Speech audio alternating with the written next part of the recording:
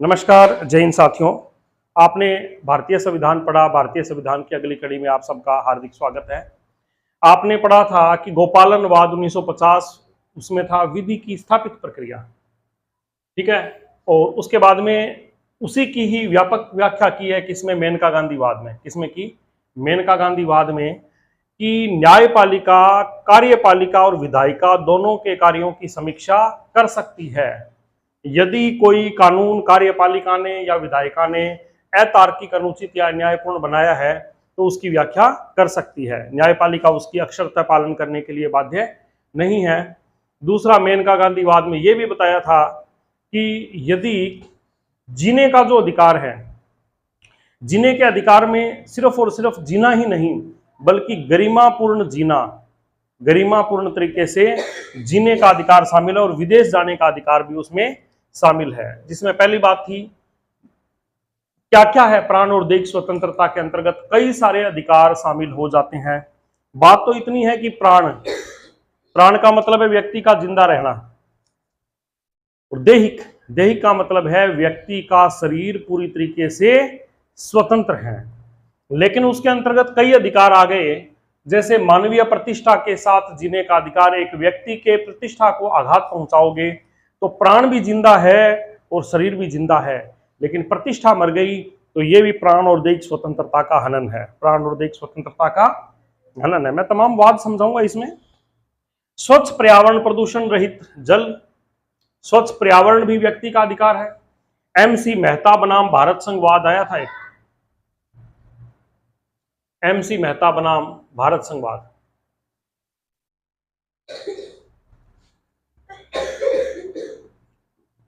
MC Mehta बनाम भारत संघवाद।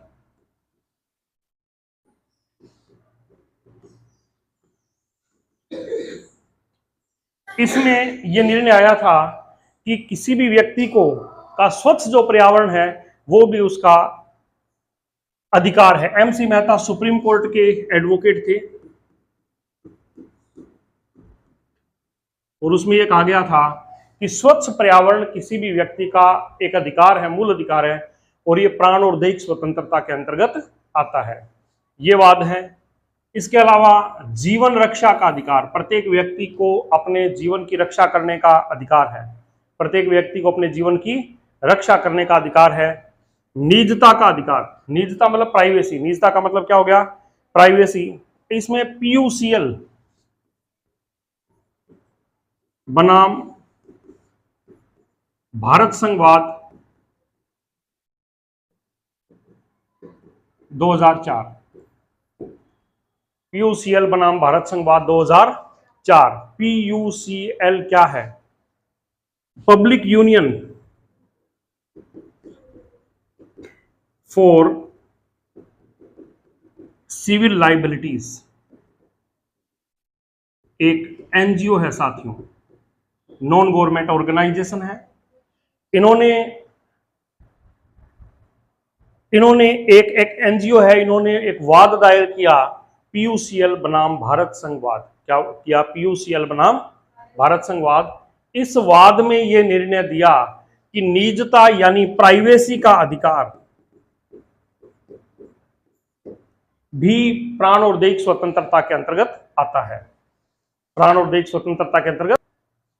तो इसमें यह बात कही थी कि निजता यानी प्राइवेसी का अधिकार भी व्यक्ति का क्या है, प्राण और देह स्वतंत्रता के अंतर्गत आने वाला एक अधिकार है। एक था KS पुट्टास्वामी, एक वाद और ध्यान रखिए, KS पुट्टास्वामी, यहां लिख देता हूं मैं, KS पुट्टास्वामी बनाम भारत संघवाद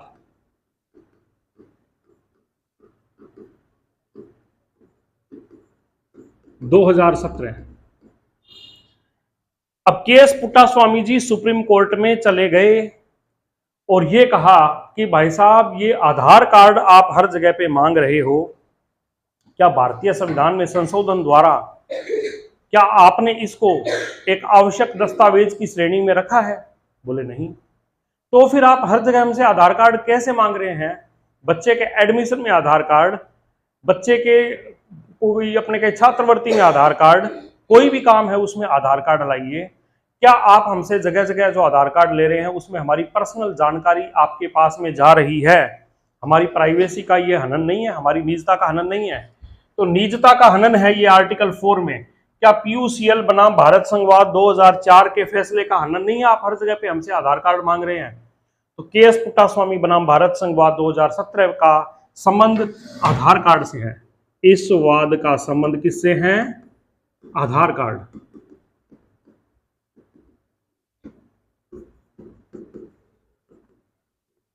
इस वाद का संबंध आधार कार्ड से है।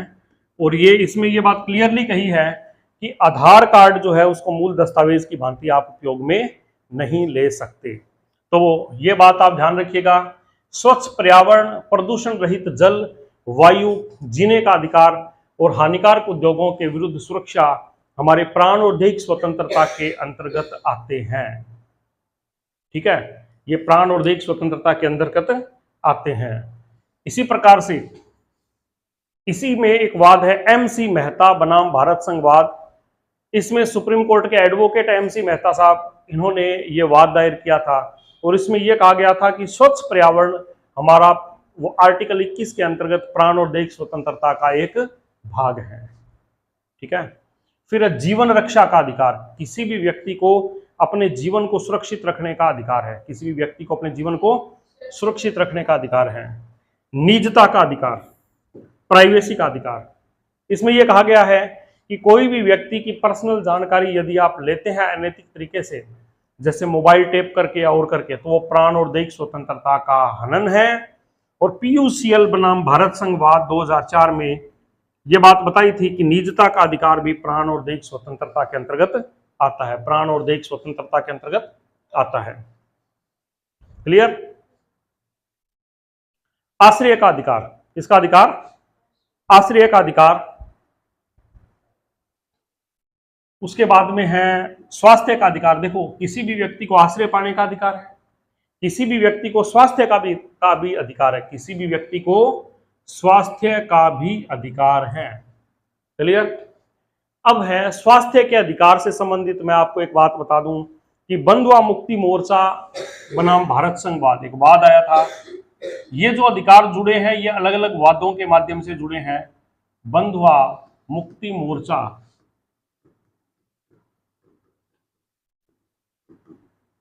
बनाम भारत संघवाद,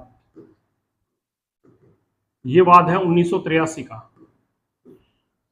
और इसमें यह फैसला दिया गया था कि स्वास्थ्य का अधिकार प्राण और दैहिक स्वतंत्रता का एक भाग है। स्वास्थ्य का अधिकार क्या है? प्राण और दैहिक स्वतंत्रता का एक भाग है। इसी प्रकार से एक वाद था परमानंद कटारा। कौन सा वाद था? परमानंद कटारा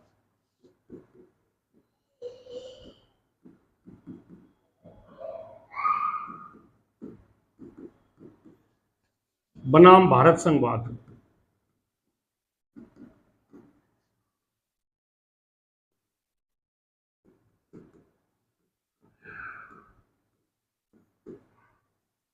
इसमें यह बात कही थी, ये इसी के अंतर्गत है दोनों।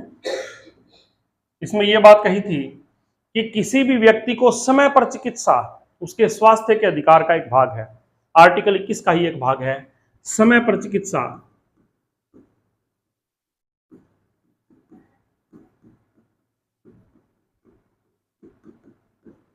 आर्टिकल 21 का भाग है। अब देखिए, होने को तो बहुत कुछ है। एक व्यक्ति जो दुर्घटनाग्रस्त हो गया और उसे हॉस्पिटल में लेके जाया जाता है, तो पहले क्या होता था? डॉक्टर इलाज से मना कर देते थे कि पहले इसका मुकदमा दर्ज कराइए। तो बताइए, क्या ये आर्टिकल 21 का उल्लंघन नहीं था? था ना? और इसमें यदि उल्लंघन होता है तो सीधा इसमें हाई कोर्ट और सुप्रीम कोर्ट को हस्तक्षेप करने का अधिकार है। उसके बावजूद भी ऐसा हो जाता था। तो हालांकि इस वाद में निर्णय आया है परमानंद कटारा बनाम भारत संघवाद में कि सभी व्यक्तियों को उचित चिकित्सा उपलब्ध कराना आर्टिकल 21 का एक भाग है। आर्टिकल 21 का एक भाग है।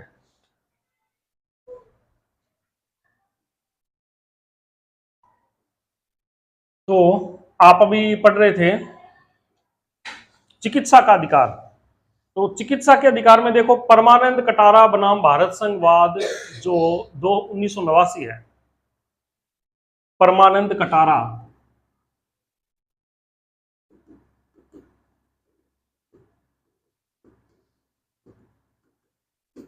बनाम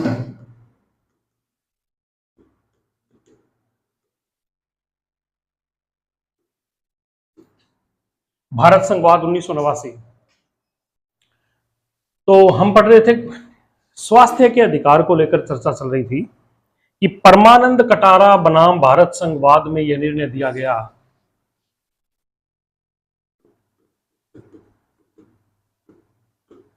परमानंद कटारा बनाम भारत संघवाद 1989। उन्होंने कहा कि स्वास्थ्य के अधिकार में समय पर जो चिकित्सा है, समय पर चिकित्सा भी स्वास्थ्य के अधिकार का ही भाग है, यानी आर्टिकल 21 का ही एक भाग है कि किसी भी व्यक्ति को समय पर चिकित्सा भी मिलनी बहुत जरूरी है। किसी भी व्यक्ति को समय पर चिकित्सा मिलनी भी बहुत जरूरी है। साथ ही इसमें एक बात और कही थी कि जो गरिमा के साथ जीने की बात है, गरिमा के साथ यानी डिग्निटी से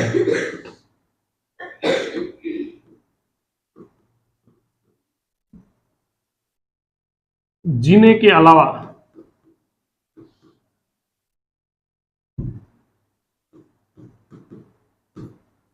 गरिमा के साथ जीने का जो अधिकार है, क्या लिख दिया मैंने, गरिमा के साथ जीने का अधिकार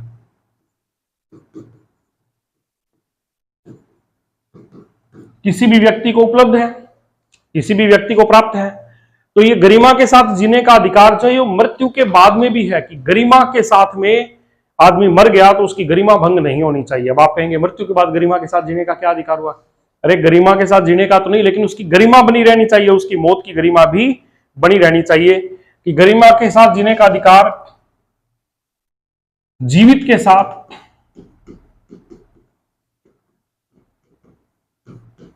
मृत्यु के बाद भी रहेगा। कैसे? एक व्यक्ति मर गया, उसका प्राण चलो चले गए भले ही, लेकिन उसका शरीर जो है उसकी गरिमा को ठेस नहीं पहुंचानी चाहिए, उसकी गरिमा को ठेस नहीं पहुंचानी चाहिए। कई लोग जैसे किसी व्यक्ति की हत्या कर दी, हत्या के बाद मरे हुए व्यक्ति का शव जो है वो क्षत विक्षत करते हैं, उसके साथ में उसकी प्रतिष्ठा को आघात पहुंचाते हैं। तो जीवित के साथ साथ में मृत व्यक्ति को भी गरिमा के साथ जीने वाला जो अधिकार है ये मरने के बाद में भी समाप्त नहीं रहता, मरने के बाद भी यह अधिकार रहेगा। यह बात आपको समझ में आ गई होगी। परमानंद कटारावाद में ये निर्णय आया। उसके बाद में इसी से संबंधित एक आश्रय अधिकार,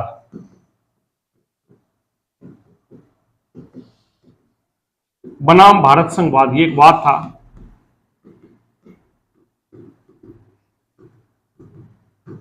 दो हजार 2002 इसमें कहा कि गरिमा के साथ में मरने का मतलब है कि मृतक की देह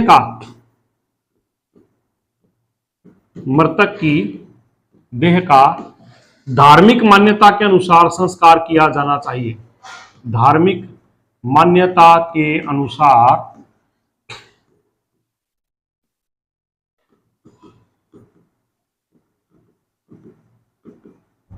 संस्कार किया जाना चाहिए। क्या संस्कार? यदि किसी व्यक्ति का दाह संस्कार करना है तो दाह संस्कार कीजिए, दफनाना है तो दफन कीजिए। जो भी संस्कार किया जाता है वो उसकी धार्मिक मान्यता के अनुसार किया जाना चाहिए। ये वाद है आश्रय अधिकार बनाम भारत संघवाद 2002 में कि ये भी एक व्यक्ति का अधिकार है कि उसका अंतिम संस्कार धार्मिक मान्यता के अनुसार किया जाना चाहिए। ठीक है। उसके बाद में कॉमन कोज बनाम भारत संघवाद,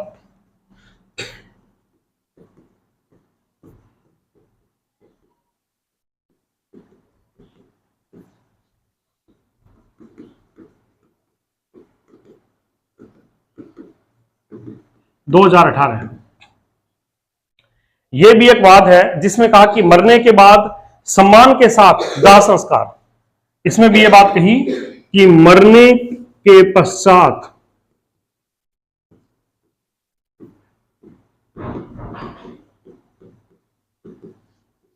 सम्मान के साथ अंतिम संस्कार,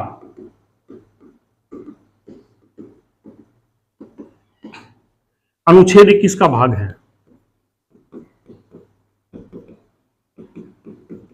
एक व्यक्ति यदि मर गया है तो मृत्यु के बाद में सम्मान के साथ उसका अंतिम संस्कार होना चाहिए, यह अनुच्छेद 21 का ही भाग है। यह भी ध्यान रखना, ये सभी स्वास्थ्य के अधिकार से संबंधित वाद हैं। पहला मैंने आपको बताया परमानंद कटारावाद, जिसमें क्या कहा कि समय पर चिकित्सा सुविधा उपलब्ध करवाना, समय पर चिकित्सा सुविधा उपलब्ध करवाना भी प्राण और दैहिक स्वतंत्रता का एक भाग है, ठीक है ना। गरिमा के साथ जीने का अधिकार, जीवित रहने के बाद, मृत्यु के बाद, जीवित रहने के साथ साथ मृत्यु के बाद भी रहेगा, कि उसकी गरिमा ऐसे नहीं है कि मर गया उसकी गरिमा भंग हो गई, नहीं साहब, बाद में भी गरिमा के साथ में उसके जो लाश है, डेड बॉडी है, उसकी गरिमा भंग नहीं होनी चाहिए। आश्रय अधिकार बनाम भारत संघवाद 2002 में ये कहा कि कोई भी व्यक्ति यदि मर गया है तो मृतक की देह का धार्मिक मान्यता के अनुसार अंतिम संस्कार किया जाना चाहिए। और उसके बाद में कॉमन कोज बनाम भारत संघवाद 2018 कि मृत्यु के बाद में भी सम्मान के साथ में अंतिम संस्कार आर्टिकल 21 का ही एक भाग है। तो ये साथियों सारे के सारे स्वास्थ्य के अधिकार से संबंधित वाद हमारे पास में आए। इसी के साथ एक और एक महत्वपूर्ण वाद है विनीता रुइया। विनीता रुइया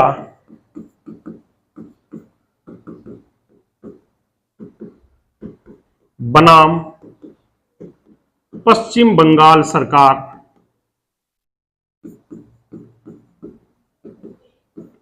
वाद 2021। और यहां पर किसका फैसला है? कोलकाता हाईकोर्ट का फैसला है।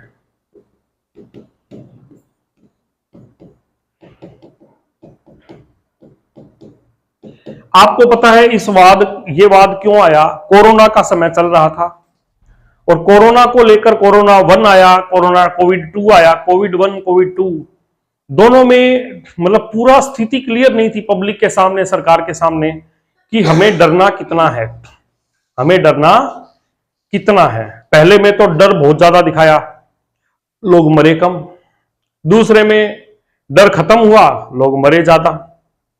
कुल मिला के बात यह हुई कि कहानी दोनों में अलग अलग रही। लेकिन जब कोविड 1 में डर बहुत ज्यादा था, उस वक्त यदि किसी का पता चल गया कि कोरोना हो गया है भैया फलां आदमी को, तो ऐसे उसके साथ में व्यवहार होता था जैसे वो बहुत बड़ा अपराधी है। पुलिस आ जाती थी, हॉस्पिटल वाले आ जाते थे, उसको सब जने मुंह हाथ पूरे तरीके से वो जो किट पहन के आते थे और उसको जैसे कोई पशु को लेके जाते हैं वैसे उसको गाड़ी में डाल के हॉस्पिटल में ले जाके, हॉस्पिटल में भी नहीं साहब, उसको क्वारंटाइन कर दिया जाता था और उसके घर के चारों ओर बैरिकेड लगा दिए जाते थे और मोहल्ले वाले यूं देखते थे जैसे इसका संबंध कोई पाकिस्तान से है ना। कुछ ऐसा माहौल बन गया था। उसके बाद में यदि व्यक्ति की मृत्यु हो गई, अब वहां इलाज चल रहा है, तो घर वाले उसके दर्शन भी नहीं कर सकते, देख भी नहीं सकते, उसकी अंतिम बातें विचार सब उसके पास ही रह गए। अंत में व्यक्ति मर गया और उसकी डेड बॉडी भी घर वालों को नहीं सौंपी जाती थी। तो ऐसे में घर वाले कहते थे कि भाई ठीक है, जब मर ही गया तो उसके बाद में हमें डेड बॉडी तो दीजिए, हम धार्मिक मान्यता के अनुसार उसका अंतिम संस्कार करें, हम उसके अंतिम दर्शन करें। जब मर ही गया उसके बाद में आप उसको क्यों लिए बैठे हो भाई? तो विनीता रुइया नाम की महिला जो थी वो चली गई कहां? हाई कोर्ट के अंदर। और 2021 में कोविड के बाद में फैसला आया कि व्यक्ति का निधन भले ही किसी भी प्रकार से हुआ हो, व्यक्ति का निधन भले ही किसी भी प्रकार से हुआ हो, लेकिन उस व्यक्ति के मृत शरीर को, उसके अवशेषों को, ये मृत शरीर है, अवशेष है, उसको उसके परिवार को सौंपना अनिवार्य है, एक बात। दूसरा, वो उसकी धार्मिक मान्यता के अनुसार उसको अंतिम संस्कार का अवसर दिया जाना चाहिए और उसके परिवार को अंतिम दर्शन का अवसर भी दिया जाना चाहिए, उसके परिवार को अंतिम दर्शन का अवसर भी दिया जाना चाहिए। ये बात कोलकाता हाईकोर्ट ने कोविड के समय में कही थी कि यथोचित तरीके से जो अंतिम संस्कार के अधिकार को आर्टिकल 21 का एक भाग माना। यथोचित तरीके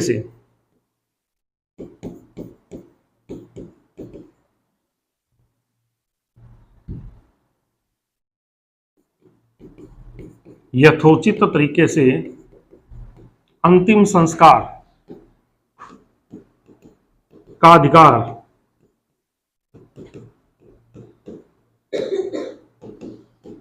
आर्टिकल 21 का भाग है। आर्टिकल 21 का भाग है, भले ही मृत्यु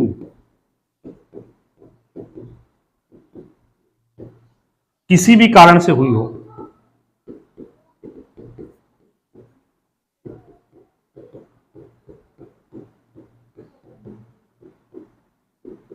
भले ही मृत्यु किसी भी कारण से हुई है, यथोचित तरीके से अंतिम संस्कार का अधिकार आर्टिकल 21 का भाग है। परिवार वालों को अंतिम दर्शन का अधिकार भी दिया जाएगा।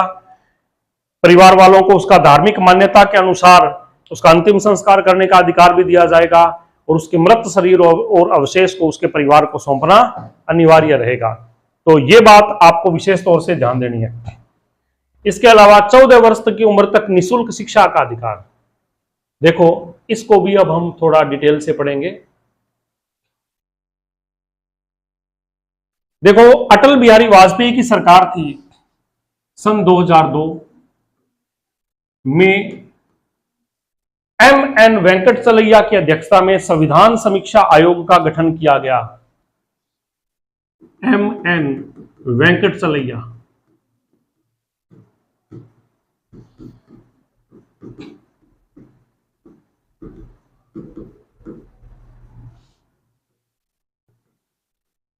क्या गठन किया गया? संविधान समीक्षा आयोग का गठन हुआ। संविधान समीक्षा आयोग का गठन हुआ साथियों।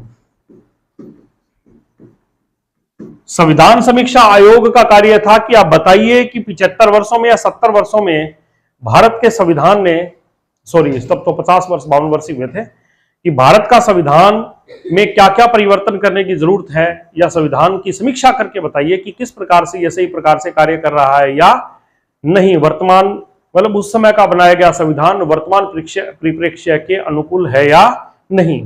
तो इस आयोग ने एक सिफारिश दी कि 6 से लेकर 18 वर्ष तक के बच्चों को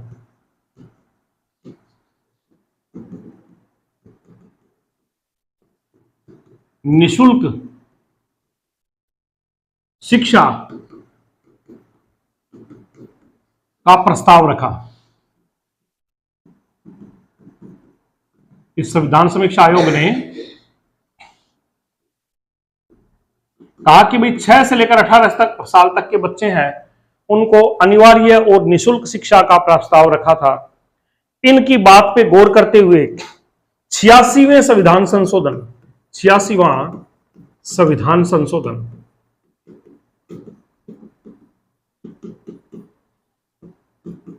2002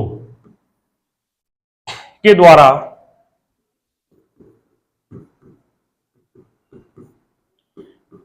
अनिवार्य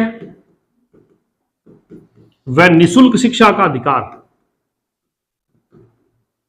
अनिवार्य भी और निःशुल्क भी, जरूरी भी है शिक्षा और फ्री की भी है शिक्षा, ये दोनों चीजें, निःशुल्क शिक्षा का अधिकार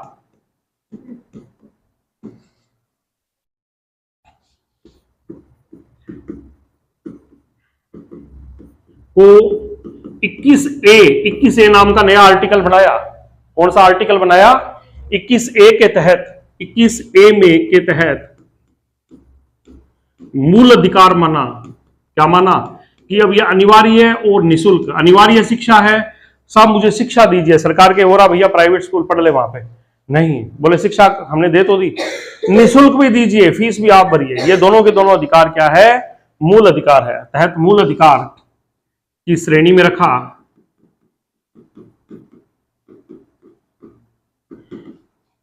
लेकिन 6 से 18 साल तक के बच्चों को नहीं, 6 से 14 वर्ष के बच्चे, 6 से 14 वर्ष के बच्चे के लिए क्या रखा? अनिवार्य और निःशुल्क शिक्षा के अधिकार को मूल अधिकार की श्रेणी में रखा साथियों। अनिवार्य और निःशुल्क शिक्षा के अधिकार को मूल अधिकार की श्रेणी में रखा। अगला जो आर्टिकल 21 के तहत अधिकार है, निःशुल्क कानूनी सहायता का अधिकार। कि कोई भी व्यक्ति है उसे कानूनी सहायता मिलनी चाहिए, निःशुल्क कानूनी सहायता उसका अधिकार है।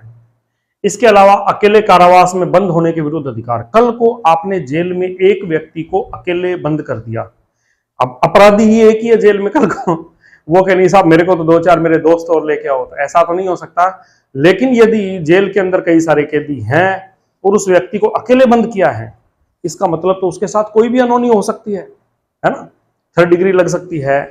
हो सकता है कि कोई भी देखो XYZ जेल में अगला मर जाए और उस कह दे कि जी मेरे हमारे तो अलग रखा था, उसकी हत्या हो गई। तो अकेले कारावास में आप बंद भी नहीं कर सकते, ये भी आर्टिकल 21 का ही भाग है।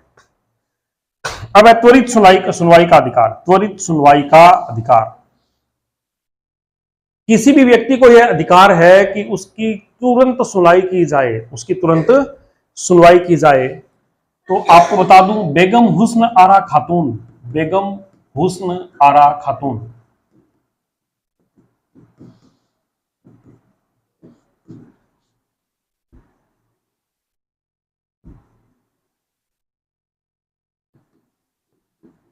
बनाम बिहार राज्य है।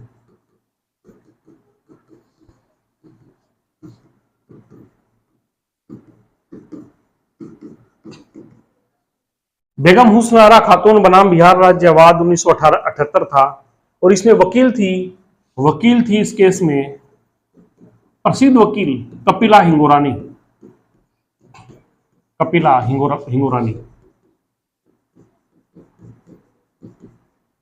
इसमें यह फैसला दिया कि किसी भी व्यक्ति को त्वरित सुनवाई, शीघ्रता से सुनवाई का अधिकार आर्टिकल 21 का ही एक भाग है। शीघ्रता से सुनवाई का अधिकार, क्या आया फैसला कि शीघ्रता से सुनवाई का अधिकार,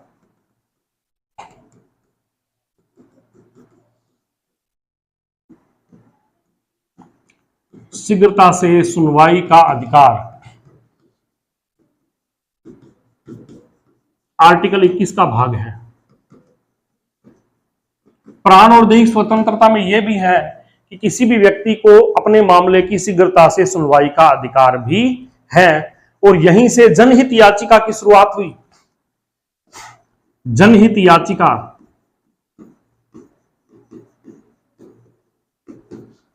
की शुरुआत हुई।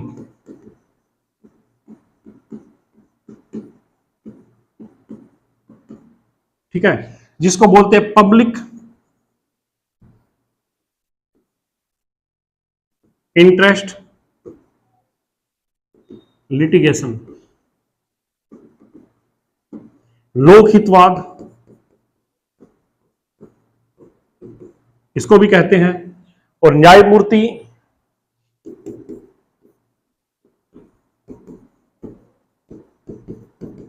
PS भगवती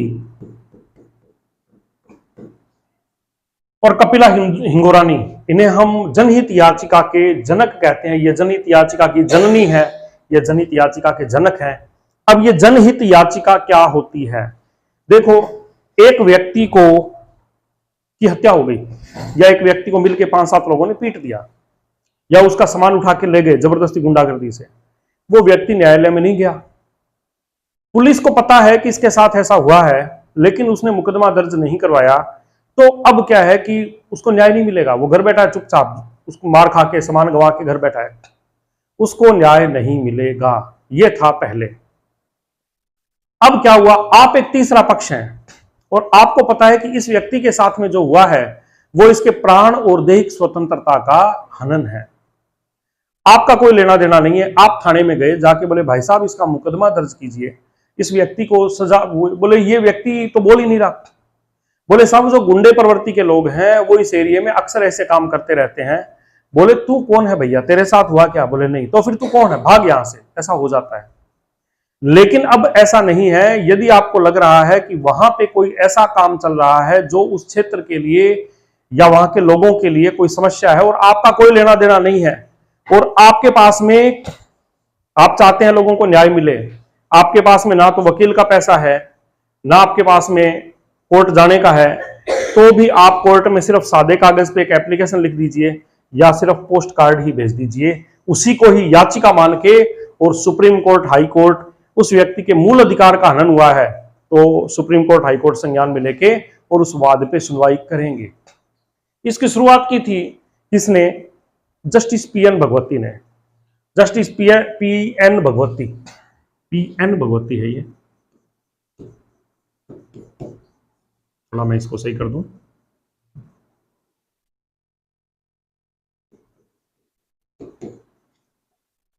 इन्होंने शुरुआत की कि यदि कोई मेरे पास ही नहीं बल्कि कहीं पर किसी सुप्रीम कोर्ट में, हाई कोर्ट में कोई एक पोस्ट कार्ड भी लिख के भेज देगा कि भाई साहब यहां पर ये मामला चल रहा है, अतिक्रमण का चल रहा है, यहां पर प्रदूषण हो रहा है नदियों का, यहां पर पर्यावरण प्रदूषण बहुत ज्यादा हो रहा है, यहां पे लोगों द्वारा पराली जलाई जा रही है, कचरा बिखेरा जा रहा है, सरकार सुनवाई नहीं कर रही है, प्रशासन सुन नहीं रहा है, तो आप इस मामले को लेकर हाई कोर्ट में जाएंगे तो भी आपकी सुनवाई होगी।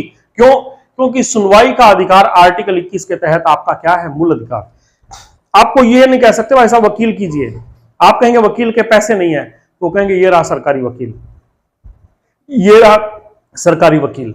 आप कहेंगे मेरे पास में आने का समय भी नहीं है, मैं तो सिर्फ आपको बताने आया हूं कि यहां पे ये काम चल रहा है, तो कहेंगे कोई बात नहीं, ये लो हमने लगा दी जांच कमेटी, ये जाएगी जांच करेगी, तेरा मामला सही हुआ तो निश्चित रूप से कोर्ट सुनवाई करेगी। अब धरातल पे क्या हो रहा है वो बात एक अलग है, वो मैं नहीं कह रहा, लेकिन कानून में तो ये सब कुछ है भाई, ठीक है ना। धरातल पे अब आप गए, आपके वास्तव में वहां सुनवाई हो रही है कि नहीं हो रही वो तो एक अलग बात है, उसके ऊपर हम टिप्पणी करना भी उचित नहीं चाहते, लेकिन कानून में ये अधिकार है कि आप जनहित याचिका लेकर कोर्ट में जा सकते हैं, भले ही वो आप पक्षकार उसमें नहीं है, भले ही आप उसमें पक्षकार नहीं है।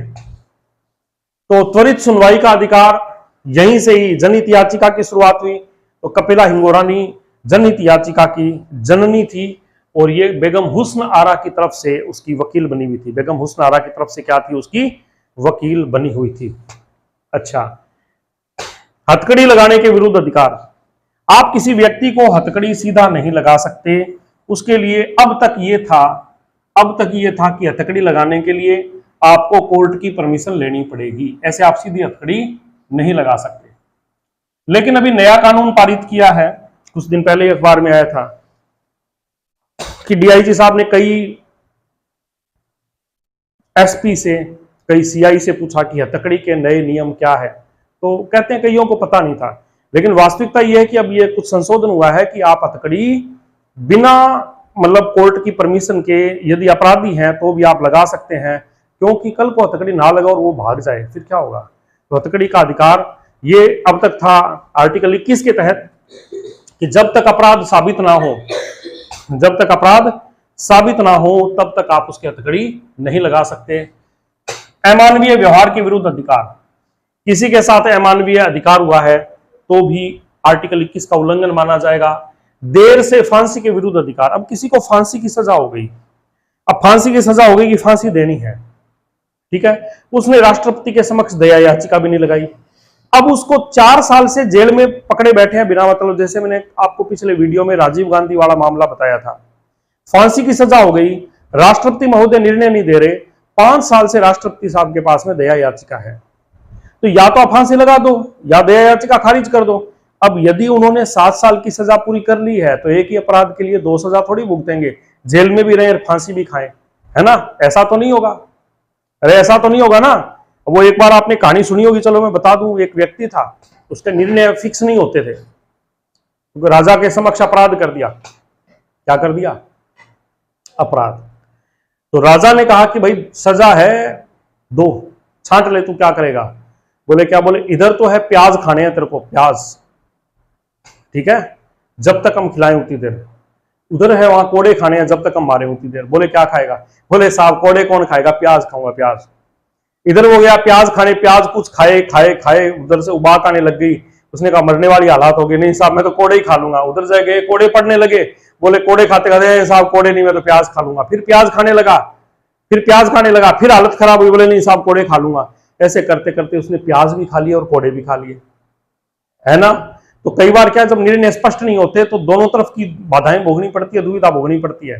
तो निर्णय स्पष्ट नहीं है, तो फांसी की सजा भी हो जाए और इधर से वो जेल में भी बेचारा सड़ता रहा, तो ऐसा नहीं होना चाहिए, है ना। तो त्वरित फांसी, आप फांसी की सजा मिल गई और यदि उसने दया याचिका नहीं लगाई है, वो कह रहा है मेरे को फांसी दे दो साहब, अपने इतना जी लिए बहुत है, अपराध किया है, मुझे सजा मिलनी चाहिए, तो फांसी लगा दो भाई, जेल में क्यों सड़ा रहे हो बेचारे को।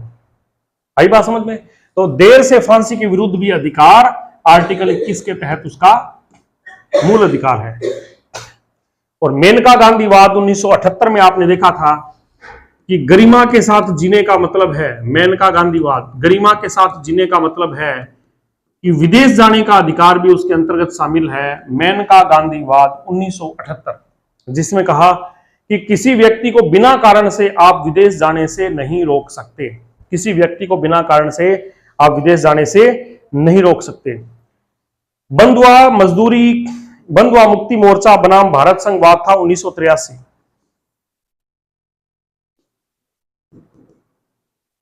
बंधुआ मुक्ति मोर्चा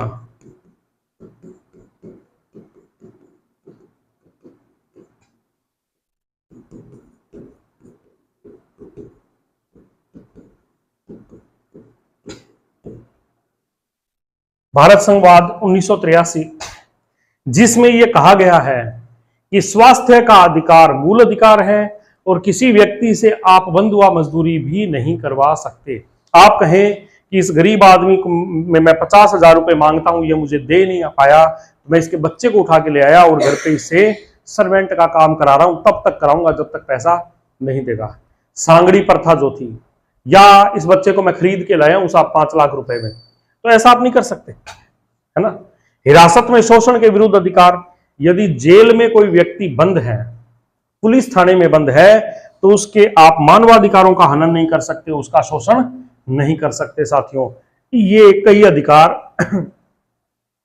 आपातकालीन चिकित्सा सुविधा का अधिकार, अभी मैंने आपको परमानंद कटारा बनाम भारत संघवाद 1989 बताया कि समय पर चिकित्सा व्यक्ति का मूल अधिकार है।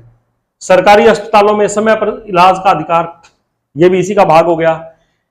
राज्य से बाहर न जाने का अधिकार, निष्पक्ष सुनवाई का अधिकार, ये अभी आपने सुन ही लिया, सुनवाई का अधिकार। बेगम हुस्न आरा खातून, कैदी के लिए जीवन की आवश्यकताओं का अधिकार, है ना, कैदी के विरुद्ध कैदी के जीवन की आवश्यकताओं का अधिकार, ये भी मूल अधिकार के अंतर्गत शामिल है। और महिलाओं के साथ आदर और सम्मानपूर्ण व्यवहार करने का अधिकार, महिलाओं की गरिमा का विशेष ध्यान रखेंगे और उनके साथ सम्मानपूर्ण व्यवहार करेंगे। इसके लिए एक वाद है, आपको पता है, एक वाद आया था 1997 के अंदर, विशाखा वाद,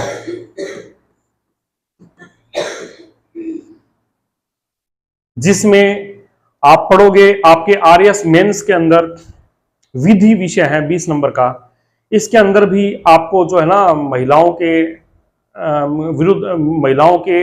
विरुद्ध अपराध के खिलाफ अधिकार, उसमें आप विशाखा गाइडलाइन आपको पढ़नी पड़ेगी। और महिलाओं के विरुद्ध जो अपराध अधिनियम जो है 2007, उसमें भी आपको बड़ा डिटेल से ये विशाखा गाइडलाइन और अन्य कानून बड़ी डिटेल से पढ़ने हैं। तो विशाखावाद 1997, विशाखावाद 1900, इसको आप ऐसे कहेंगे, विशाखा बनाम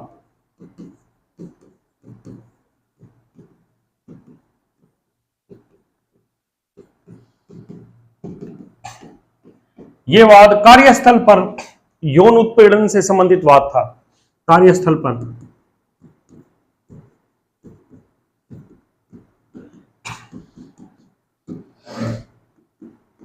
यौन उत्पीड़न से संबंधित वाद था।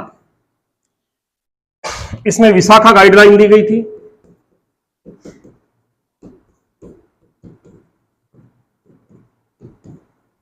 कोई भी महिला कहीं पर कार्य में नियोजित है, नौकरी कर रही है, पढ़ रही है कॉलेज में, स्कूल में, और वही की कार्यस्थल नहीं है, बल्कि वो जिस टेम्पो से, जिस कैब से जा रही है, जिस बस से जा रही है, वो सभी कार्यस्थल के अंतर्गत शामिल होंगे। वहां पर महिलाओं के साथ सम्मानजनक व्यवहार करना आवश्यक है। यदि कोई महिला का यौन उत्पीड़न करता है तो उसके खिलाफ बहुत सारे कानूनी प्रावधान है, वो तो आप विधि विषय में डिटेल से पढ़ेंगे। लेकिन उसमें कई विशाखा गाइडलाइन में जो मेन बातें कही कि रात्रिकालीन समय के अंदर महिलाओं को काम में नियोजित नहीं किया जा सकता। रात्रिकालीन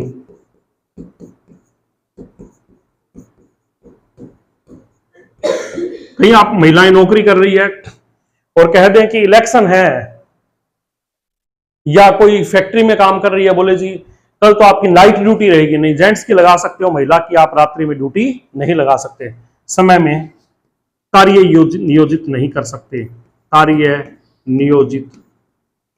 नियोजन नहीं कर सकते। क्लियर? काम पर नहीं लगाएंगे। इसके अलावा जहां पर महिलाएं हैं वहां पर कार्य की अनुकूल दशा के लिए सरकार सुविधाएं देगी। कार्यस्थल पर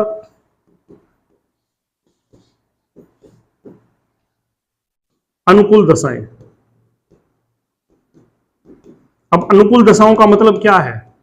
अनुकूल दशाओं का मतलब यह है कि जहां पर 10 से ज्यादा महिलाएं हैं तो वहां पर एक महिला कमेटी बनाएंगे, जहां पर महिला से संबंधित कोई भी अपराध हुआ है, यदि उसका उत्पीड़न हो रहा है, तो वहां पर वो कार्यस्थल पर जो है उस कमेटी के समक्ष अपनी बात रखेगी, और वो कमेटी यदि कोई वहां का अधिकारी है, मालिक है, कोई उत्पीड़न कर रहा है तो उसके खिलाफ शिकायत करेगी, कहां पर आगे जो महिला आयोग बना हुआ है वहां पर, या कानूनी कार्यवाही करेगी। तो ऐसी सब दशाएं वहां पर होनी ही चाहिए। ठीक है? आपको पता है विद्यालयों के अंदर भी गरिमा पेटी बनाई गई है, जिसके अंतर्गत बच्चियां हैं वो अपनी संबंधित कोई भी शिकायत है वो उस गरिमा पेटी में डाल सकती है बेझिझक, और समय समय पर सीबीओ डीओ आकर उस पेटी को देखते हैं, संभालते हैं। और स्कूल की जो महिला कमेटी है, जो महिला शिक्षिकाओं द्वारा संचालित है, वो भी उस पेटी को खोलेगी और उसमें बताया जाएगा कि भाई आपको यदि क्लास में कोई भी समस्या है, विद्यालय के अंदर, कार्यस्थल पर, कॉलेज में भी ऐसा, तो वहां पर उनका क्या है कि समुचित समाधान किया जाएगा। तो ये सारी की सारी बातें थी। अब एक महिला थी जिनका नाम था जिया मूडी, सुप्रीम कोर्ट की एडवोकेट थी जिया मूडी। इन्होंने बताया कि 10 judgement that change the Indian politics, 10 judgements that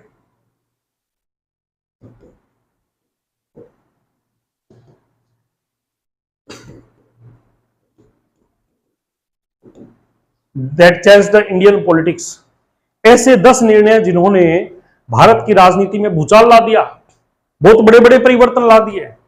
उसी में एक तो विशाखा बनाम राजस्थान राज्यवाद भी था, और एक था बेगम हुस्न आरा खातून वाला वाद, क्योंकि वहां से पहले एक ट्रेंड बना हुआ था कि साहब अपराध हुआ है कोर्ट में जाइए, मूल अधिकार कानून हुआ है हाई कोर्ट में जाइए, लेकिन यदि पीड़ित व्यक्ति खुद नहीं जाए तो न्याय मिलेगा ही नहीं। पीड़ित व्यक्ति को कह दिया कि भाई साहब तू देख ले, तू यदि जाएगा ना तो हम जो है वो तेरे परिवार को ये कर देंगे वो कर देंगे, तो बेचारा जाता ही नहीं था डर के मारे। अब तीसरा पक्ष भी जा सकता है और न्यायालय चलकर उसमें संज्ञान ले सकता है। जनहित याचिका नाम की याचिकाएं दायर हुई थी। क्लियर? सार्वजनिक फांसी के विरुद्ध अधिकार। अब कह दे कि साहब इसने बहुत बड़ा अपराध किया है, इसे पब्लिक के बीच में फांसी दी जाएगी जैसे फिल्मों में देते थे, नहीं दे सकते। वो भी आर्टिकल 21 के तहत क्या है, प्राण और दैहिक स्वतंत्रता का अधिकार है। सुनवाई का अधिकार आपने पहले पढ़ ही लिया कि कानूनी सहायता और सुनवाई का भी व्यक्ति को पूर्ण अधिकार है। इसके अलावा सूचना का अधिकार, RTI right to information act 2005, जिसके तहत व्यक्ति को कोई भी सार्वजनिक सूचना है, सरकार के संबंधित है, सरकारी कार्यालय से संबंधित है, तो व्यक्ति को सूचना पाने का अधिकार होगा। तो सूचना पाने का अधिकार जो है वो आर्टिकल 21 का ही भाग है। वो क्या, आर्टिकल 21 का ही भाग है। समझ में आई बात?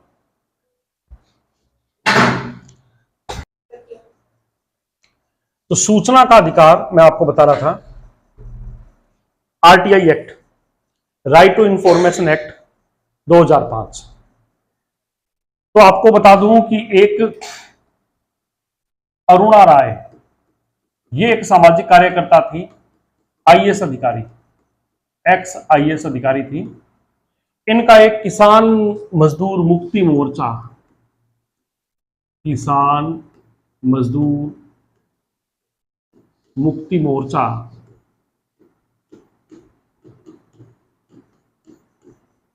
ब्यावर के अंदर एक संगठन था, वहां से इन्होंने आंदोलन की शुरुआत की कि साहब सूचना का अधिकार हर नागरिक को होना चाहिए। और वहां से सूचना का अधिकार आपको पता है 2006 के अंदर पूरे देश में लागू हुआ था, सूचना का अधिकार। तो सूचना का अधिकार आर्टिकल 21 के तहत हमारा मूल अधिकार है।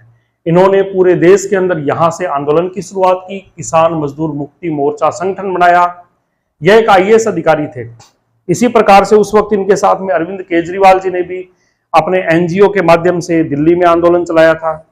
और इन दोनों के आंदोलन के कारण सूचना का अधिकार मूल अधिकार की श्रेणी में 2006 में 12 अक्टूबर 2006 को मूल अधिकार की श्रेणी में आ गया। प्रतिष्ठा का अधिकार, किसी भी व्यक्ति की प्रतिष्ठा भंग होना भी प्राण और दैहिक स्वतंत्रता का हनन है। दोष सिद्धि वाले न्यायालय आदेश से अपील का अधिकार, जैसे किसी व्यक्ति पर दोष सिद्ध हो गया, अब वो कह रहा नहीं साहब मुझे ऊपर अपील करनी है और उसे अपील नहीं की जाने लग रही, तो वो भी आर्टिकल 21 का उल्लंघन है कि दोष सिद्ध कर दिया न्यायालय ने, लेकिन तब भी आप ऊपरी कोर्ट के अंदर अपील कर सकते हैं। ठीक है ना। सामाजिक सुरक्षा और परिवार के संरक्षण का अधिकार, किसी भी व्यक्ति को सामाजिक सुरक्षा होनी चाहिए। समाज के अंदर कहीं ऐसा नहीं हो पंच न्याय करके उसको उसके साथ में कोई भी कुछ पंच मिलके न्याय कर दें कि इसको हम बिरादरी से बाहर निकाल रहे हैं, है ना, इसको हम जूते चकवाएंगे, इसको हम ठीकरी में पानी पिलाएंगे, ऐसे सामाजिक पंचायतों के निर्णय होते हैं। तो ये सब के सब सामाजिक सुरक्षा पर आघात हैं और आर्टिकल 21 के तहत सामाजिक सुरक्षा और परिवार के संरक्षण का अधिकार आर्टिकल 21 का ही एक भाग है। सामाजिक और आर्थिक न्याय और सशक्तिकरण का अधिकार, आप मजबूत बनना चाहते हैं और आपको कोई परेशान कर रहा है तो सशक्तिकरण का अधिकार है। सामाजिक और आर्थिक न्याय, आप समाज के संसाधनों पर और आर्थिक संसाधनों पर भी आप सबका अधिकार है। ये आपको पता है कि आपके जो नीति निर्देशक तत्व हैं उसके अंतर्गत भी इनका उल्लेख किया गया है। बार कैटर्स के विरुद्ध अधिकार, बार कैटर्स जो उनको भी अधिकार दिए गए हैं। जीवन बीमा पॉलिसी के विनियोग का अधिकार, आप जीवन बीमा में आप अपना बीमा करवाना चाहते हैं और आपको कोई रोक लगा रहा है नहीं कर सकते, ये भी आपका मूल अधिकार है। और अब है शयन का अधिकार, आपको गहरी नींद लेने का अधिकार है, आपको कोई उठा नहीं सकता। आप यदि सो रहे हैं और आपके मम्मी पापा आपको उठा रहे हैं तो ये आपका भाई मूल अधिकार है, आपके आर्टिकल 21 का उल्लंघन है। ठीक है ना। ये अधिकार कहां से आया? रामलीला मैदान 2012।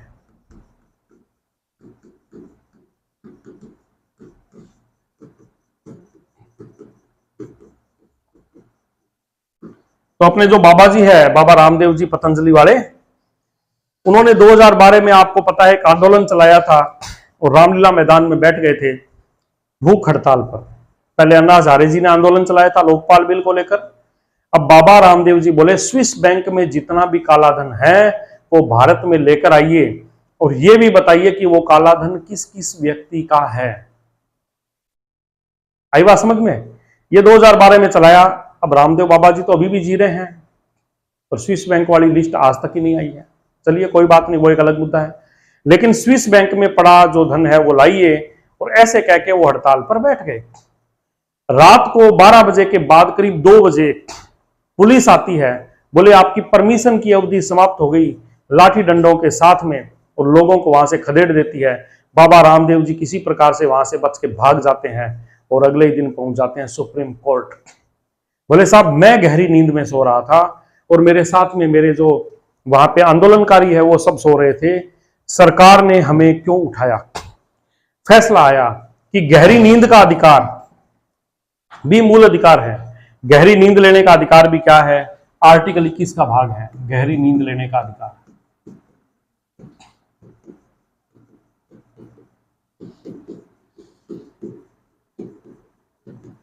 ये भी अनुच्छेद 21 का भाग है। तो बाबा जी बोले कि जब गहरी नींद का अधिकार अनुच्छेद 21 का भाग है, आ गया फैसला, बोले हाँ, तो अब मुझे नींद से उठाया है, उनको दीजिए ना सजा। बोले बाबा जी नहीं दे पाएंगे। बोले क्यों? बोले फैसला तो अब दिया है ना, आपको तो नींद से पहले उठा दिया था, उस वक्त आर्टिकल 21 का भाग नहीं था, इसलिए बाबा जी नींद खराब कर दी जो कर दी, आगे नींद खराब कोई नहीं कर पाएगा आपकी, आगे आप चाहे खराटे भर के सोइए, कोई दिक्कत नहीं है। आई बात समझ में? तो ये जो है गहरी नींद लेने का अधिकार रामलीला मैदान वाद 2012 का वाद है। शोर प्रदूषण से मुक्ति का अधिकार, बिजली का अधिकार, आपकी बिजली नहीं काट सकते कोई, बिना बिल भरे भी। जी बिल ना भरे तब तो काटेंगे, लेकिन विद्युत पाने का अधिकार आपका अधिमूल अधिकार है। इसके अलावा इंटरनेट का अधिकार, वो भी आपका अधिकार है, आप इंटरनेट की सेवाओं को भी बाधित नहीं कर सकते। अब इसको लेकर कई बार मामला उठा है कि परीक्षाओं के समय जो इंटरनेट बंद किया जाता है, ये हमारे मूल अधिकार का हनन है। आपको कुछ चर्चाएं कर लें अच्छी अच्छी। साथियों, एक वाद है, एक सुप्रीम कोर्ट में जज थे A.K. गांगुली।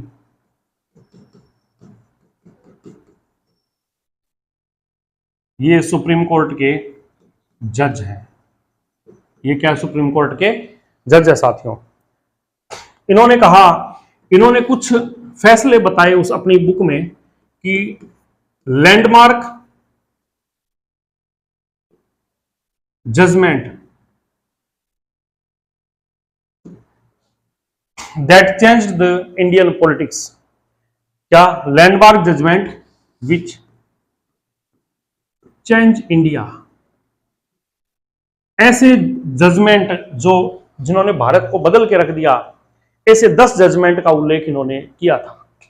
ऐसे 10 जजमेंट का उल्लेख इन्होंने किया था। ये कुछ फैक्ट बता रहा हूं।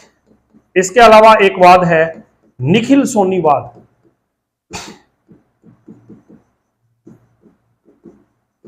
निखिल सोनी बनाम राजस्थान राज्य, बनाम राजस्थान राज्य।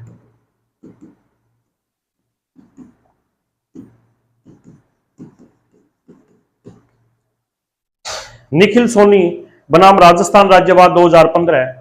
इस वाद में यह कहा गया था कि जैन धर्म में एक प्रथा है, संथारा प्रथा।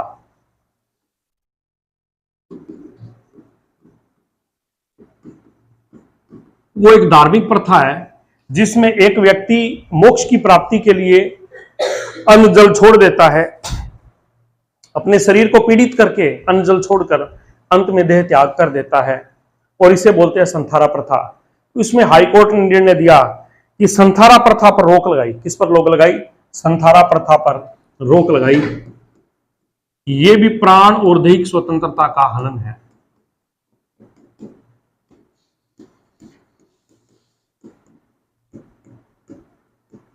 आर्टिकल 21 के तहत संथारा प्रथा पर क्या लगा दी? रोक लगा दी साथियों। ये भी आपको ध्यान में रखना है। तो ये हमने कई सारे वाद पढ़े हैं, ठीक है ना, कई सारे वाद पढ़े हैं। एक छोटा सा वाद और है, तहसीन पूनावाला तहसीन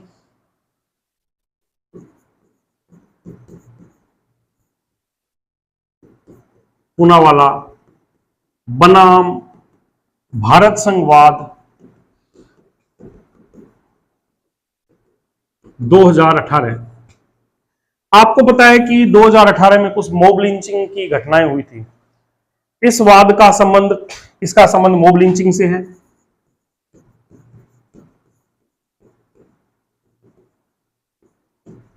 मॉब का मतलब है अनियंत्रित भीड़।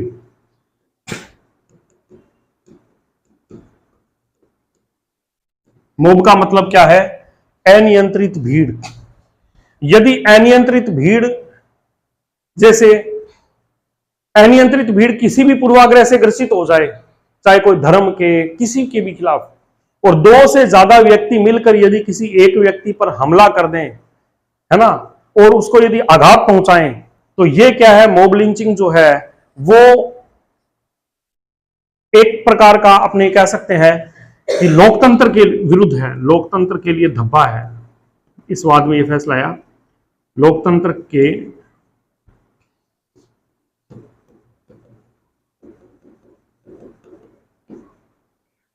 कि मॉब लिंचिंग की घटना, ये मॉब लिंचिंग लोकतंत्र पर धब्बा है, जिसमें यदि कुछ लोग मिलकर किसी पूर्वाग्रह से ग्रसित होकर किसी धर्म से, किसी और कोई जातीय से, जातीयवाद से, कोई हिंसक भीड़ है, मान लो कोई उनको गुमराह कर रहा है, उसको लेकर कोई हमला करते हैं, तो मॉब लिंचिंग से संबंधित होगा ये। और मॉब लिंचिंग लोकतंत्र पर धब्बा है और इसके खिलाफ कड़े कानून पारित किए गए हैं।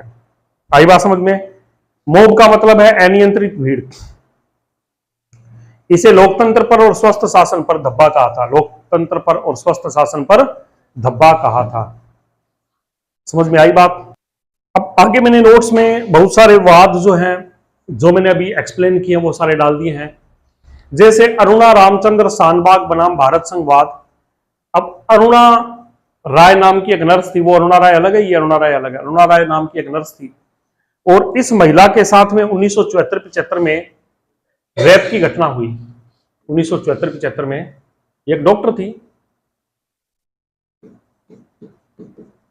और वहां के स्वीपर ने रेप की घटना को अंजाम दे दिया, तो ये महिला कोमा में चली गई और तब से लेकर ये बेचारी कोमा में रही।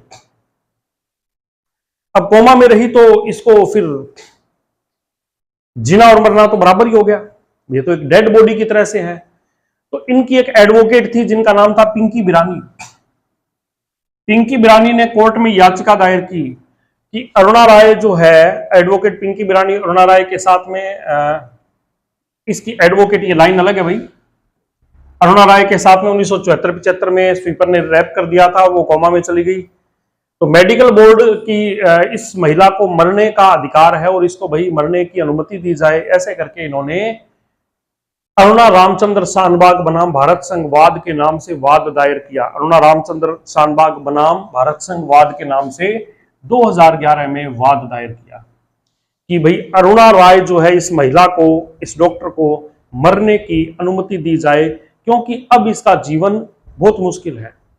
ठीक है, तो सुप्रीम कोर्ट ने यह आदेश दिया, मरने का अधिकार किसी को भी नहीं दिया जा सकता, मरने का अधिकार किसी को भी नहीं दिया जा सकता। लेकिन क्या, लेकिन यदि मेडिकल बोर्ड इसे प्रमाणित कर दे कि वास्तव में इस महिला को जीने का कोई मतलब नहीं है और अर्थपूर्ण जीवन भी नहीं है, तो फिर मेडिकल बोर्ड जो है उनकी अनुशंसा पर, उनकी रिपोर्ट के आधार पर मरने की छूट दी जा सकती है। आई बात समझ में? इस प्रकार का मामला यहां पर आया। और ये निखिल सोनी बनाम राजस्थान राज्यवाद 2015 में संथारा प्रथा के बारे में मैंने बताया था। नवतेज कौर बनाम भारत संघवाद में समलैंगिक संबंधों को निजता का अधिकार माना। मॉब लिंचिंग का आपको बता दिया, ठीक है ना। आश्रय अधिकार, ये सारे मैंने आपको डिटेल से बता दिए हैं। अब ये छोटी सी एक चीज और देखिए, एक जनेवा कन्वेंशन, जिनेवा के अंदर एक मामला हुआ था, जिनेवा कन्वेंशन 1949। इसमें कई देशों ने मिलके और एक कमिटमेंट किया था सेकेंड वर्ल्ड वॉर के बाद में।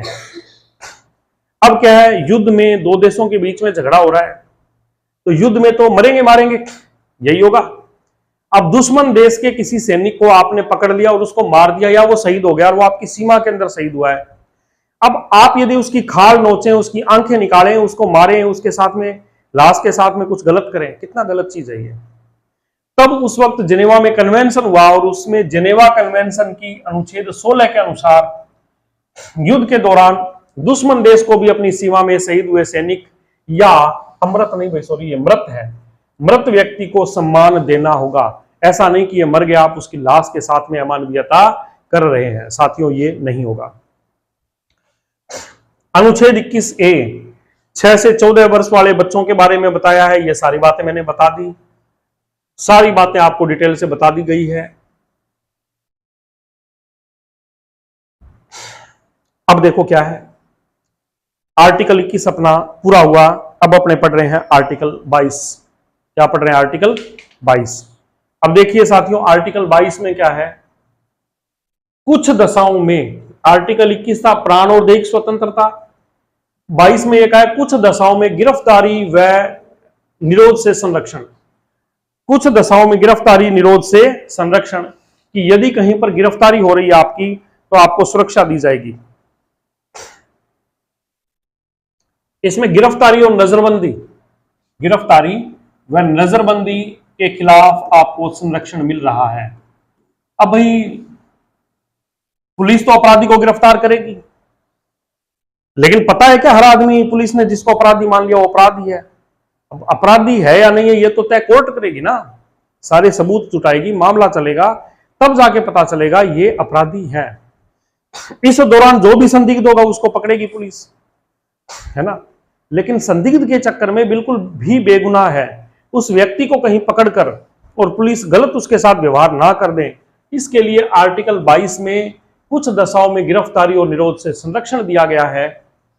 पहली बात, गिरफ्तारी का कारण बताना पड़ेगा। आपके पास में पुलिस आ गई कि चल भाई थाने चलो, गाड़ी में बैठ थाने में चल, आप पूछ सकते हैं भाई किस वजह से चलूं, आप मुझे गिरफ्तार क्यों कर रहे हो, आप मुझे गिरफ्तार क्यों कर रहे हो, चल बेटा फिर तो थाने में बताएंगे। नहीं, आप बताइए पहले आप गिरफ्तार किस लिए कर रहे हो। यदि नहीं बता रहे तो आपका जाने का, आप गिरफ्तारी का वारंट दीजिए, वारंट नहीं है तो हम नहीं जा सकते। दूसरा, गिरफ्तार कर लिया और आपका मोबाइल छीन लिया या आपको जेल के अंदर डाल दिया, मतलब अंदर जो है वो लॉकर रूम में डाल दिया, लॉकअप में डालने के बाद में आप कह रहे हैं मेरे वकील आए हैं मैं उनसे बात करना चाहता हूं, तो आपको विधि व्यवसायी से परामर्श लेने का अधिकार है। कोई कहे कि नहीं आप किसी से नहीं मिल सकते, तेरे को तो मैंने अंदर डाल दिया, नहीं, आपको विधि व्यवसायी से परामर्श लेने का अधिकार है। लॉकअप में डालने के बाद ऐसे तो पड़े रहोगे लॉकअप में, नहीं, 24 घंटे के अंदर अंदर मजिस्ट्रेट के सामने पेश करो। क्या करेंगे मजिस्ट्रेट, मजिस्ट्रेट ये करेंगे भाई साहब, मजिस्ट्रेट ये बताएंगे कि इसने जो अपराध जिसके तहत आपने गिरफ्तार किया है गिरफ्तारी वारंट लेकर, उसके तहत यदि गैर जमानती अपराध है तो इसको जमानत नहीं मिलेगी, आप इसे जेल में भेजिए, और यदि वो जमानती अपराध है तो उसकी जमानत ले ली जाएगी और जमानत पर उसको छोड़ दिया जाएगा, और उसको समय समय पर कोर्ट की तारीख पे आकर उसको बताना पड़ेगा कि भाई साहब ये है, मतलब पूरा जो मुकदमा है उसमें उसको सहयोग करना पड़ेगा। समझ में आई बात। तो 24 घंटे के अंदर अंदर आप मजिस्ट्रेट के सामने पेश कीजिए। अब मान लीजिए किसी व्यक्ति का मुकदमा चल रहा है राजस्थान में और उसको गिरफ्तार किया है बिहार में, अब वहां से आने का समय ही है मान लो 1.5 दिन लग गया, तो वो कहे मेरे को तो 24 घंटे में मजिस्ट्रेट के सामने पेश करो, तो मजिस्ट्रेट को रास्ते में प्रकट थोड़ी कर देंगे, है ना। तो आने जाने का समय अलग से होगा, आने जाने का समय अलग से होगा।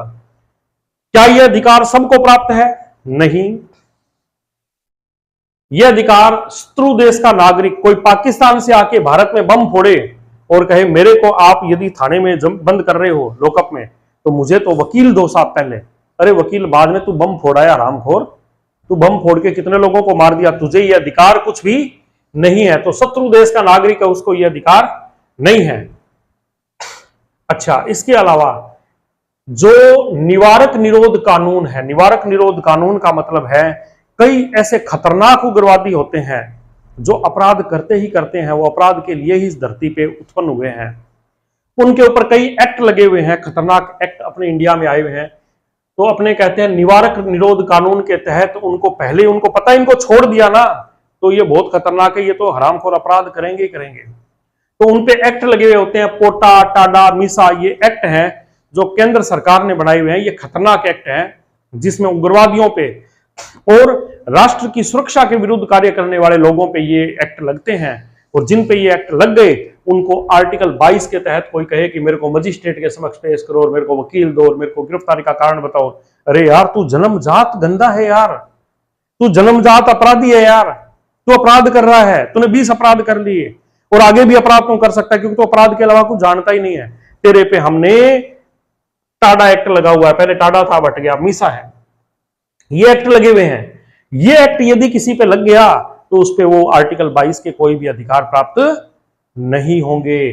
कोई पाकिस्तान से आके कहे कि मैं साहब कश्मीर में बम फोड़ के आया हूं, अभी मेरा फैसला तो बाद में होगा, लेकिन तब तक मुझे 24 घंटे में जो है वो जमानत दे दीजिए, नहीं मिलेगी जमानत। आर्टिकल 22 बोले तेरे लिए कोई आर्टिकल 22 नहीं है भाई। अब निवारक निरोध कानून के तहत जिनको गिरफ्तार किया जाता है उनको कुछ अधिकार फिर भी दिए हैं। क्या अधिकार दिए हैं? हिंदुस्तान में आम आदमी को हो या ना हो, अपराधियों को बड़े अधिकार है भाई। जेल के लिए मानवाधिकार आयोग आ जाता है कि कैदियों के साथ ऐसा व्यवहार मत कीजिए, और कैदियों ने किसके साथ क्या व्यवहार किया है उसके लिए कभी नहीं आता कि इनको सजा भी जल्दी दीजिए, 20-20 साल सजा में मत लगाइए। अभी देखिए बॉम्बे बम धमाके में इतने लोग मरे थे, इतने अपराधी थे, 25 साल मुकदमा चला, सब बरी हो गए। मानवाधिकार आयोग को आके कहना चाहिए यार इतने मानवों का वध हुआ है इन अपराधियों, ये अपराधी नहीं है तो मजिस्ट्रेट साहब कोई अपराधी तो लाइए, लोगों ने अपने आप बम फोड़ के थोड़ी मर गए, है या नहीं है? तो ये कुछ चीजें हैं। मैक्सिमम 3 माह के लिए उन्हें निरुद्ध किया जा सकता है। उच्च न्यायालय के न्यायाधीश से गठित सलाहकारी बोर्ड की सिफारिश पर निरोध की अवधि बढ़ाई जा सकती है। 3 महीने हम आपको कभी बाहर नहीं निकाल सकते। इंडियन फिल्म में आपने देखा होगा, सन्नी देओल साहब ने कुबंद कर दिया था अंदर, है ना, टाडा एक्ट लगा के। 3 महीने से ज्यादा भी ये टाइम बढ़ा सकते हो। उसे निरोध करने का कारण जानने का अधिकार है, लेकिन जनहित में कुछ तथ्यों को नहीं भी बताया जा सकता। उसको किस लिए आपने गिरफ्तार किया है, किस उस पर एक्ट लगाया, वो एक्ट देखो ऐसे नहीं लग सकता, कोई 1-2 व्यक्ति नहीं लगाते, पूरी पुलिस की बड़ी टीम मिलकर जांच करती है, तब जाके कोर्ट उस पर एक्ट लगाती है। निरोध किए गए व्यक्ति को अपनी गिरफ्तारी के विरुद्ध अभिव्यक्ति का अधिकार है। हाँ, आपके ऊपर एक्ट लग गया तो आप अपनी बात को अभिव्यक्त कर सकते हो कोर्ट में। ऐसा नहीं है कि आपको कह दे कोर्ट में तू बोल ही नहीं सकता भाई, तेरे पे तो टाडा लगा हुआ है। आगे बात समझ में। 44वें संविधान संशोधन 1978 के तहत निवारक निरोध कानून के तहत, प्रिवेंटिव लॉज के तहत, यदि किसी व्यक्ति को गिरफ्तार किया है और उसकी गिरफ्तारी की अवधि कितनी थी, 3 महीने, उसको घटा के 2 महीने कर दी गई थी, लेकिन अभी तक इसको लागू नहीं किया, अभी 3 महीने ही चल रही है। अच्छा, वे विषय जिस पर केवल संघ निवारक, भाई निवारक निरोध कानून लगेगा, उसमें कई विषय ऐसे हैं जिस पर राज्य सरकार नहीं लगा सकती। कौन लगाएगी वो कानून? संघ सरकार। जैसे देश की सुरक्षा से संबंधित कोई मामला है, रक्षा में देश की सुरक्षा से संबंधित कोई मामला है, कोई कुख्यात आतंकवादी है, तो उस पर राज्य सरकार उस पर नहीं बताएगी, उस पर कौन लगाएगा एक्ट? केंद्र सरकार। देश की सुरक्षा के साथ में किसी ने आघात किया है, विदेशी मामले में कहीं विदेश में जाके कोई गड़बड़ किया है, इसके अलावा उस पे क्या है, केंद्र सरकार ही केवल निवारक निरोध कानून लगाएगी। कई ऐसे विषय भी हैं जिन पे केंद्र सरकार और राज्य सरकार दोनों निवारक निरोध कानून लगा सकते हैं। जैसे राज्य की सुरक्षा से संबंधित कोई है मामला, जैसे कोई राजस्थान का उग्रवादी है, लोक व्यवस्था को गड़बड़ कर रहा है, समुदाय के लिए आवश्यक आपूर्ति और सेवाएं को बनाए रखने के लिए कई बार क्या होता है, कई ऐसे उग्रवादी प्रवृत्ति के लोग हैं जो एक समुदाय के दुश्मन बन जाते हैं, है ना, तो इसके लिए उन पे राज्य सरकार भी कानून बना सकती है। भारत में कौन कौन से एक्ट लगे हुए हैं? निवारक निरोध अधिनियम 1950 पहला था, फिर आया बीसा एक्ट 1971, अब इनकी फुल फॉर्म वगैरह आपको रटने की जरूरत नहीं है। फिर आया पोसा एक्ट 1974, ये समय समय पे जरूरत के हिसाब से बदलते गए। फिर नासा एक्ट 1980, फिर PBMSEC एक्ट 1980, ये बदला। फिर आया टाडा, बहुत खतरनाक था टाडा, क्योंकि जब पंजाब में आतंकवाद था तब टाडा एक्ट बनाया गया था, उसको भी चेंज किया। और PITNDPSA राजीव गांधी सरकार 1988 में लाई, और वर्तमान में जो चल रहा है वो है पोटा एक्ट 2002। पोटा एक्ट 2002 ये आया। तो इस प्रकार से आपने देखा। ठीक है, तो साथियों कल अपने पढ़ेंगे नेक्स्ट एक्ट, आर्टिकल 23-24 शोषण के विरुद्ध अधिकार। तब तक के लिए आपको शुभकामनाएं, पढ़ते रहिए, सहयोग इसी प्रकार से करते रहिए। Thank you, have a nice day.